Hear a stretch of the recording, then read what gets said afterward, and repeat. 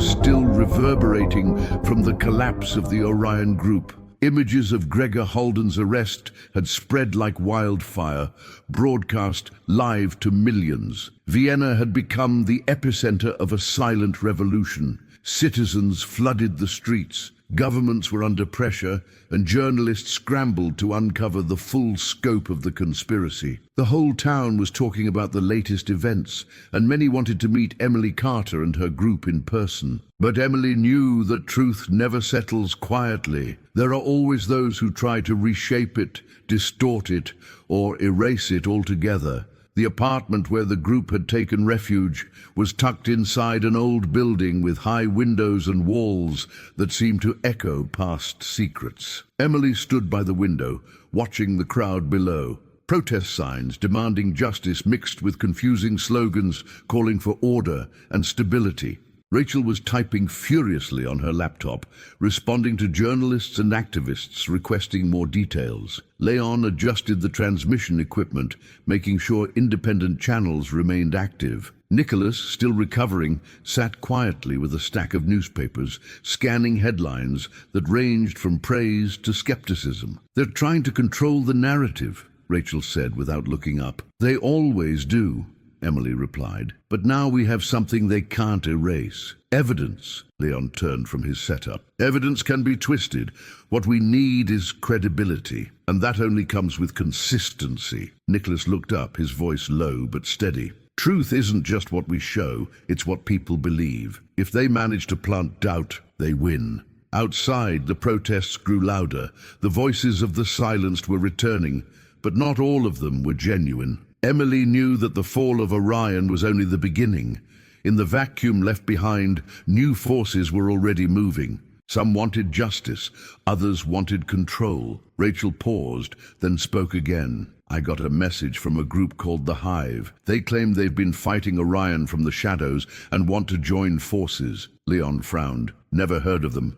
Could be a trap." Emily considered the name. The Hive. It sounded organized, collective, but also faceless. Maybe they're allies. Maybe they're another kind of threat. We need to find out. Nicholas gave a dry smile. "In the end, it always comes down to the same question. Who do we trust?" The clock ticked toward a new phase. Orion Group had fallen, but the shadows of truth were beginning to stir. Emily felt the real challenge wasn't just taking down an empire. It was making sure another didn't rise in its place. That night, the group gathered around a makeshift table. Rachel projected the files sent by the Hive onto the wall. Encrypted documents, coded messages, records of covert operations. It all looked legitimate, but something felt off. The sources were unclear, and the names involved were unfamiliar.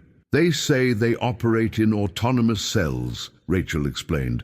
"No one knows who leads." "That could be good or bad," Leon said. "Autonomy means less control, but also less accountability." Emily turned to Nicholas. "What do you think?" He took a moment before answering. "I think we're entering new territory. Orion's fall created a vacuum. Now everyone wants to fill it." Rachel nodded. "We need to decide whether to open a channel with the Hive or keep our distance." Emily took a deep breath. "Let's respond, but cautiously. No sensitive data."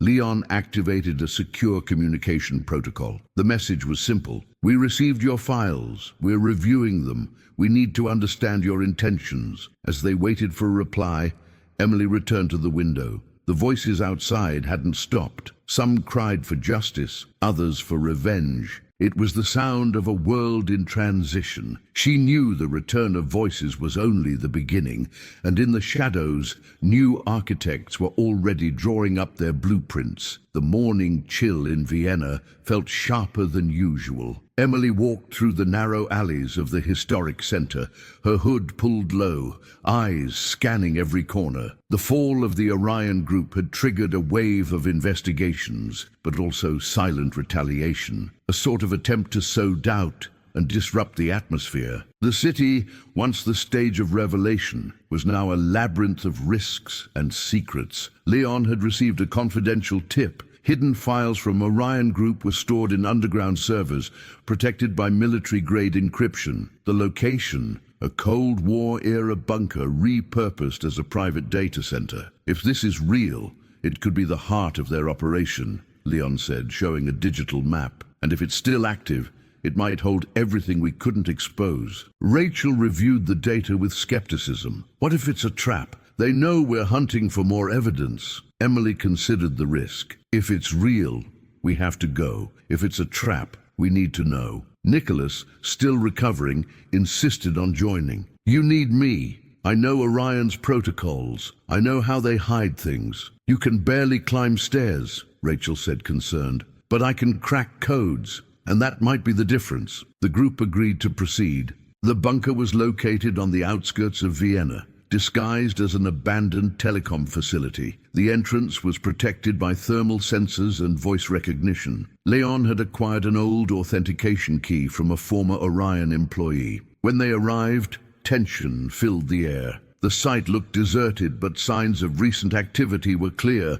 Footprints in the snow, active sensors, and a faint vibration beneath their feet. Machines still running below. Rachel activated the decoder. We've got one shot. If we mess up the protocol, the system could self-destruct. Nicholas guided the sequence, hands trembling but mind sharp. Access code 7A Delta 9. Voice confirmation, shadows don't lie. The door opened with a metallic groan. They descended a narrow staircase lit by red emergency lights. The bunker was larger than expected. Long corridors, rooms filled with humming servers, and an eerie sense of controlled abandonment. Emily felt eyes on them. This doesn't feel right. Someone kept this place alive. Leon accessed the main terminal. There are files here, lots of them, but they're protected by something called Ghost Node. Rachel's eyes widened. That system's a legend. It's designed to auto-delete data if it detects intruders. Nicholas took a deep breath.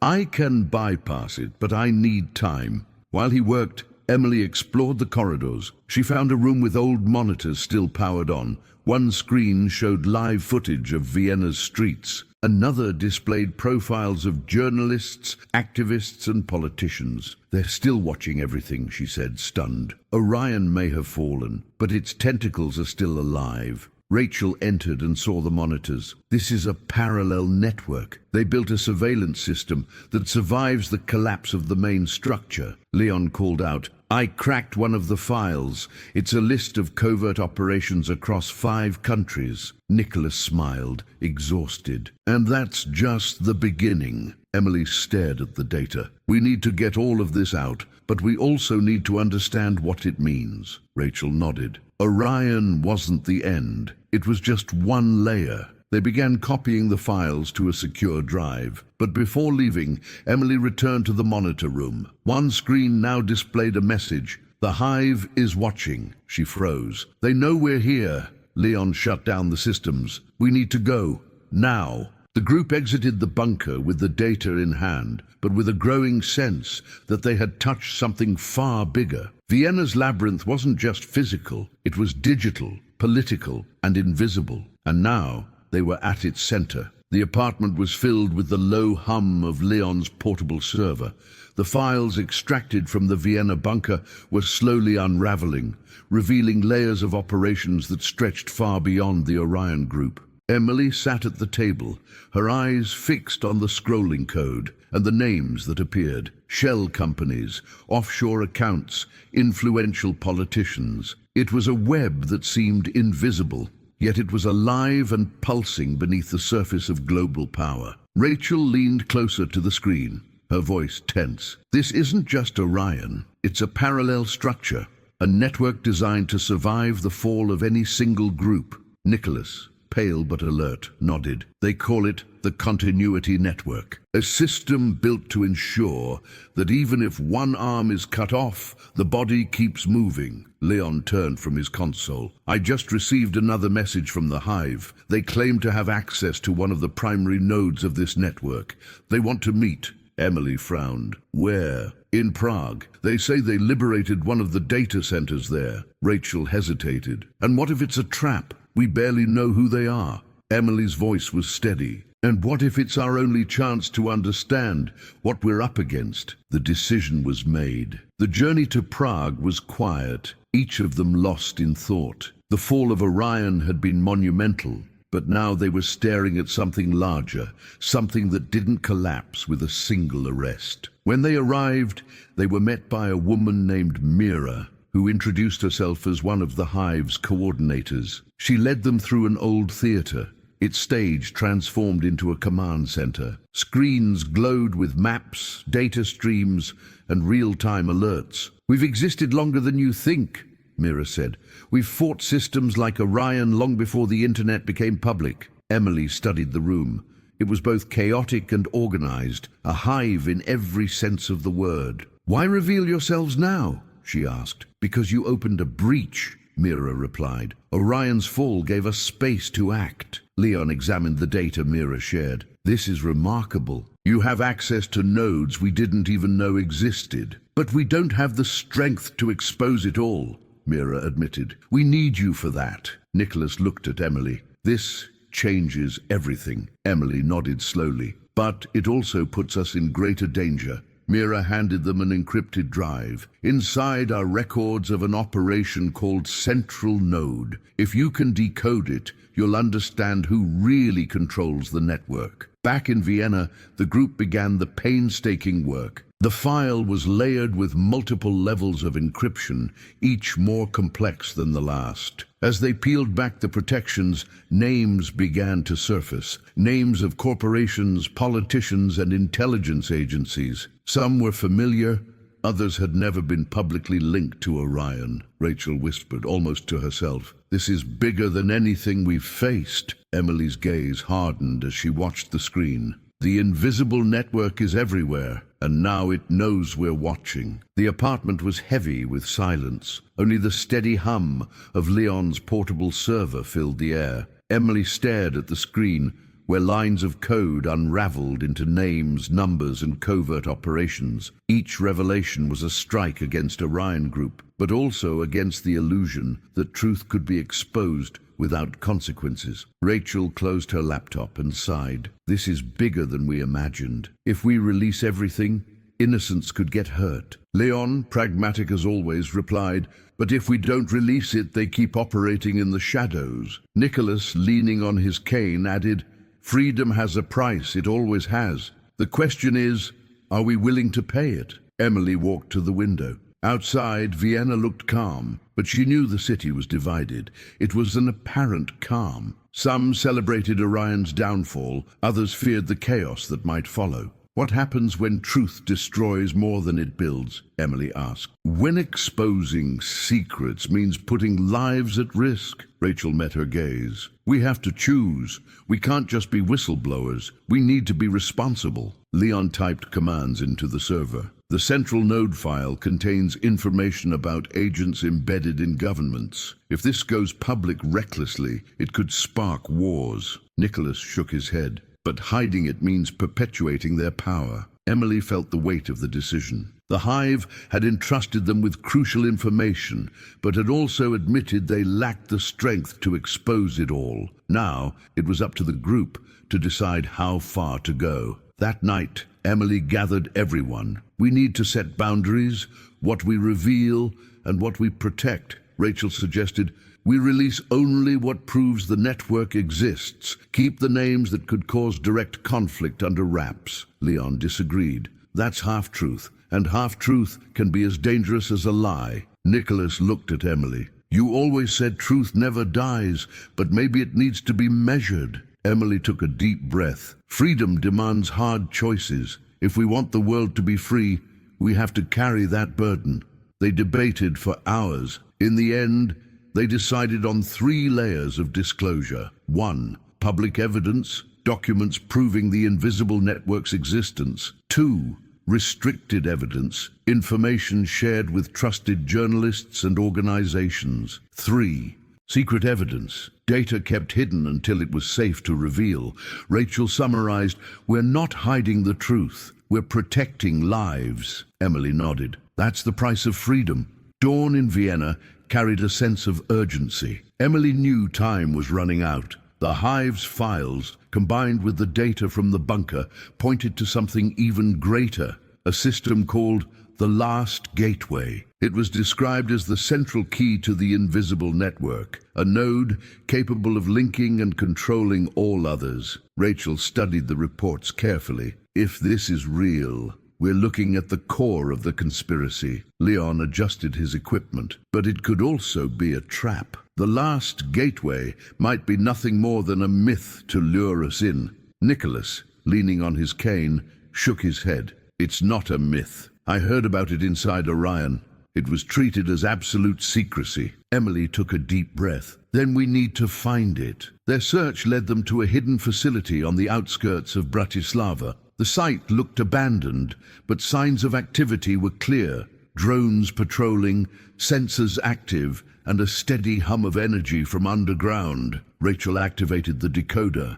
The system is protected by multiple layers. If we fail, we could lose everything. Leon analyzed the signals. There's a quantum encryption grid. I've never seen anything like it. Nicholas typed commands with effort. The last gateway isn't just a server, it's a bridge. If we access it, we'll see the entire network. Emily led the group into the main chamber. At the center stood a metallic structure pulsing with blue light. It felt alive, as if space itself was breathing. This is it, Rachel whispered. The last gateway. Leon connected the portable server. We're in. Suddenly, the screens filled with data, secret operations, links between governments, corporations, and organizations. It was like staring at the hidden map of global power. Emily felt the weight of revelation. This changes everything. Nicholas smiled faintly. Now we know who truly controls the shadows. But then a message appeared on the screen.